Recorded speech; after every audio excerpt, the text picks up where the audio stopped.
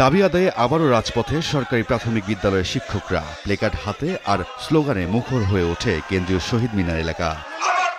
সকাল থেকে সমাবেশে যোগ দিতে সারা দেশ থেকে আসেন প্রাথমিকের হাজার হাজার শিক্ষক।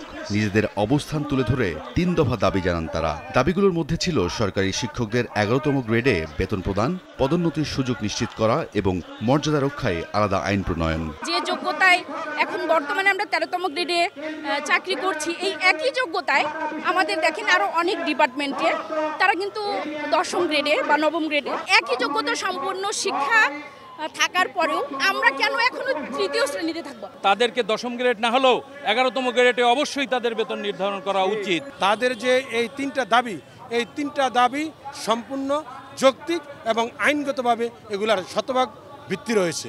এদিকে সমাবেশে শিক্ষকদের আন্দোলনে একাত্মতা প্রকাশ করেছেন গণসংহতি আন্দোলনের প্রধান সমন্বয়কারী জুনায়েদ সাকির সহ অন্যান্য রাজনৈতিক দলের নেতারা। এ সময় তিনি বলেন, শিক্ষকদের ন্যায্য দাবি পূরণ ছাড়া শিক্ষা ব্যবস্থার উন্নয়ন সম্ভব নয়।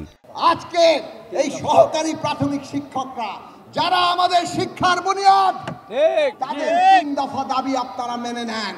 বাংলাদেশের সকল শিশু 12 ক্লাস পর্যন্ত রাষ্ট্রের খাতে শিক্ষা পাবে, এই নীতি আমরা প্রণয়ন করব। দুপুরে শিক্ষকদের একটি প্রতিনিধি দল স্মারকলিপি নিয়ে প্রধান উপদেষ্টার কার্যালয়ে যান। সেখান থেকে ফিরে নতুন কর্মসূচি ঘোষণা করেন শিক্ষকদের সংগঠনটির নেতারা। আগামী ২৬ তারিখ থেকে আমরা আমরণ অনশনে বসবো। সেই আমরণ অনশনে সারা বাংলাদেশের সহকারী শিক্ষকরা উপস্থিত থাকবেন এবং দাবি আদায় করে আমরা ঘরে ফিরে যাব। এর আগেও গত 18 জুলাই কেন্দ্রীয় শহীদ মিনারে সমাবেশ করে সংগঠনটি।